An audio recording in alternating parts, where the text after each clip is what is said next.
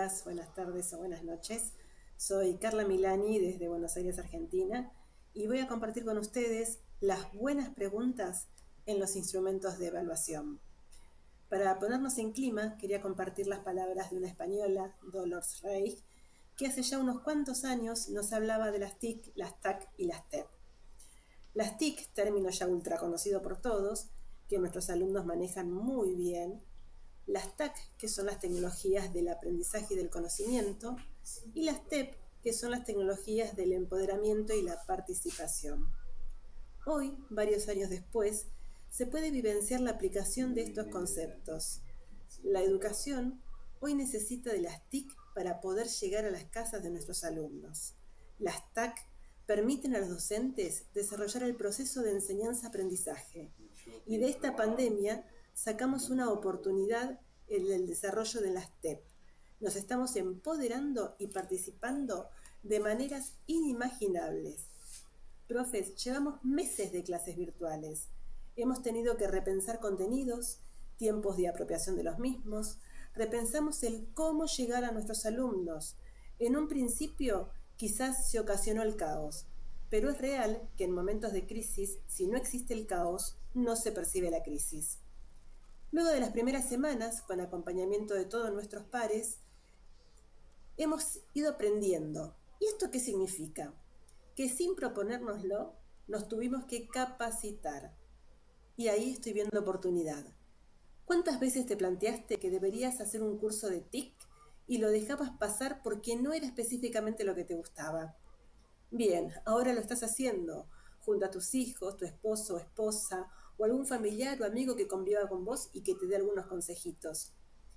¿Cuándo te habías pensado sentada horas frente a una pantalla viendo tutoriales? ¿Cuándo pensaste que ibas a adquirir nuevos lenguajes? ¿Cuánto pensaste y repensaste y volviste a pensar en una clase? La presencialidad nos da la ventaja de la espontaneidad, pero la virtualidad nos sorprende con la creatividad. En la presencialidad, las evaluaciones son uno de los tantos recursos que determina si un alumno comprendió un tema. Pero en la virtualidad, ¿cómo lo sé? ¿Cómo determino si mi alumno se apropia del contenido? Lo que se plasma en una evaluación es una concepción del aprendizaje hacia donde se guía a los alumnos y a la vez es un acto donde el alumno se descubre en su propia comprensión de lo abordado en las dinámicas de las clases. Cuando realizo una actividad de cierre para mis alumnos, debo pensar muchas opciones, más en estos momentos. Puede ser que él esté solo realizando la actividad. También puede estar acompañado por algún adulto que lo ayude. O puede estar pasando por momentos difíciles en su familia. En fin, una infinidad de situaciones. Entonces, ¿qué hacemos? Bien, profesor, no enloquecer. Siempre decimos que una evaluación es una oportunidad de aprendizaje. ¿Qué mejor momento de ponerlo en práctica que ahora? Ahora bien, si mi alumno está solo, seguramente buscará todos los recursos que le he brindado para responder. O bien recurrirá al famoso buscador para responder las preguntas. Si está acompañado, será un momento de aprendizaje de dos o más personas. Siempre el buscar, leer, escribir y reescribir nos da la posibilidad de volver a rever los contenidos. Y es ahí donde observamos que el alumno está recreando el conocimiento. Ahora pensemos, ¿cómo deberían ser mis instrumentos para evaluar en estos momentos? Pensándolo bien, podríamos repensar los instrumentos que hemos estado brindando a nuestros alumnos, ¿no? Algunos compañeros ya han brindado variedad de herramientas en línea para crear instrumentos como los formularios de Google, Kahoot o Socrative. Dependiendo del área en que me desenvuelva, pueden ser de producción escrita, gráfica, auditiva, visual y todo lo que se nos ocurra, siempre pensando que las preguntas que realizo les deben presentar un desafío. La forma en que enuncio una pregunta, como los propósitos que ésta infiere, será el tipo de respuesta que producen los alumnos. Es por ello que es importante reconocer el objetivo y el modo de enunciación. ¿Por qué? Porque cuando preguntamos y existen discrepancias entre las intenciones del docente, el tipo de respuesta que se espera de los alumnos y el resultado que efectivamente se obtiene, muchas veces esto se debe a la falta de reflexión sobre el para qué se pregunta y sobre cómo se pregunta.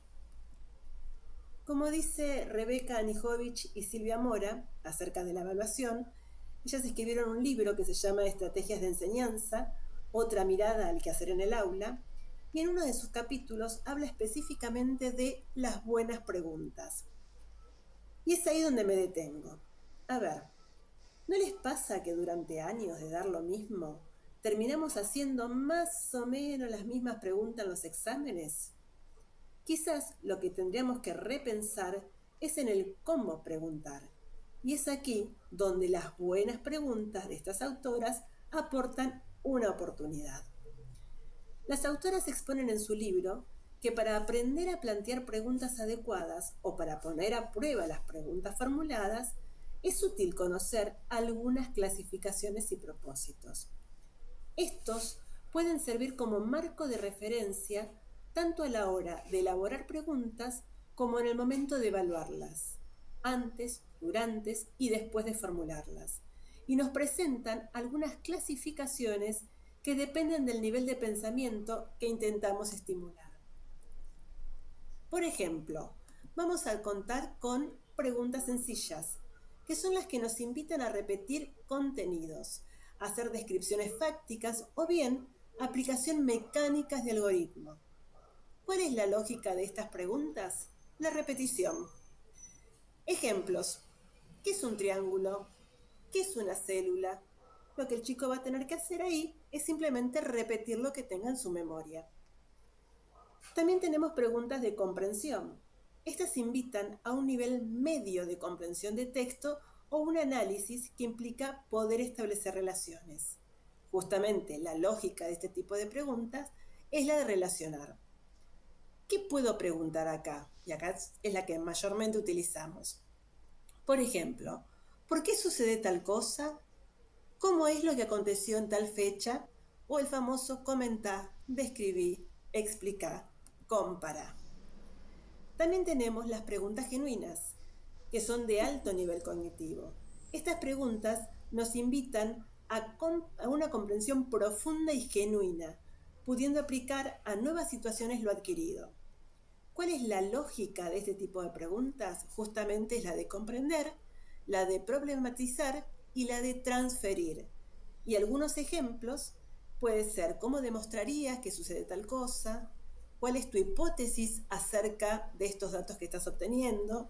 Como ven, son preguntas un poquito más de producción elaborada. Por último, tenemos las preguntas metacognitivas. Estas preguntas nos invitan a una reflexión y comprensión sobre el propio proceso de aprendizaje. La lógica, por supuesto, va a ser el aprender a aprender. Por ejemplo, si yo le pregunto a mi alumno, ¿cómo hiciste para resolver este problema? Él seguramente va a tener que repensar todos los pasos que hizo para poder resolverlo. Y al poder contármelo, está justamente realizando el aprender a aprender. Como vemos, No sé si se graba todos el los tipos sonido, de pero bueno, preguntas estoy son probando. necesarias, ya que trabajan sobre distintos aspectos del proceso cognitivo, que son elementales para no generar aprendizajes inertes, que se olviden en el tiempo. Por otro lado, tenemos que pensar en las distintas habilidades que poseen nuestros alumnos. No todos contamos con las mismas habilidades.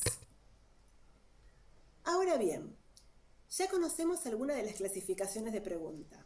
Ahora pensemos en el para qué de la pregunta, es decir, en los propósitos y formas de enunciado que nos van a ser útiles a la hora de elaborar preguntas.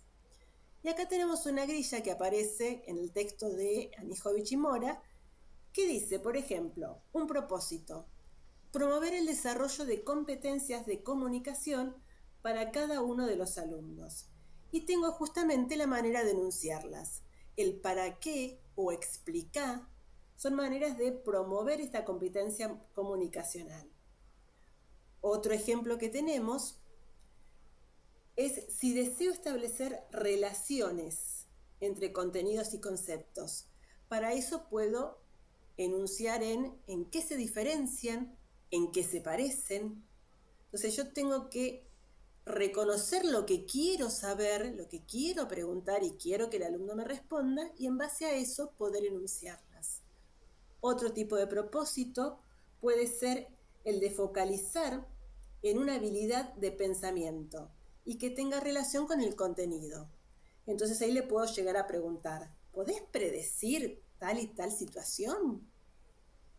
También tenemos aquellas preguntas o aquellos propósitos que nos estimulan a ver si hay un error, cómo el alumno lo corregiría. Y ahí le podría preguntar, si tuvieras que volver a realizar tal ejercicio, ¿cómo lo harías? Y ahí al volver a sus pasos podemos observar dónde está el error y cómo lo podría solucionar él solo o con nuestra compañía, por supuesto. También tenemos aquellas preguntas donde van a estimular el pensamiento crítico. En este pensamiento crítico, las preguntas que podríamos hacer es seleccionar tal texto y justificarlo de tal y tal manera. Son las formas de enunciación para llegar al propósito de esta pregunta. Y por último, vamos a tener aquellos propósitos que nos permiten la libre expresión. Por ejemplo, yo no sé cuál es la realidad o cuál es la certeza de una respuesta. Es libre porque es justamente de libre pensamiento. Entonces, una de las preguntas que podría hacer es, ¿qué implicancias puede tener tal y tal situación? Y ahí cada alumno resolverá desde sus conocimientos previos y desde sus habilidades. Como podemos observar, enunciar preguntas no se debe tomar a la ligera. ¿Esto qué significa? Que debemos conocer los propósitos y seleccionar el tipo de pregunta. Es lo que deberíamos tomar en cuenta si deseamos hacer justamente las buenas preguntas. Les dejo las bibliografías de referencia. Son libros de Anijovic y Mora, de Davini y de Litwin. Bueno, profes, a seguir, siempre agradecida de brindar este pequeño aporte. Por supuesto, la pandemia nos da la oportunidad de continuar creciendo, de continuar valorando nuestro esfuerzo y siempre juntos. Por eso decimos que juntos vamos a salir. Muchas gracias por todo. Hasta pronto.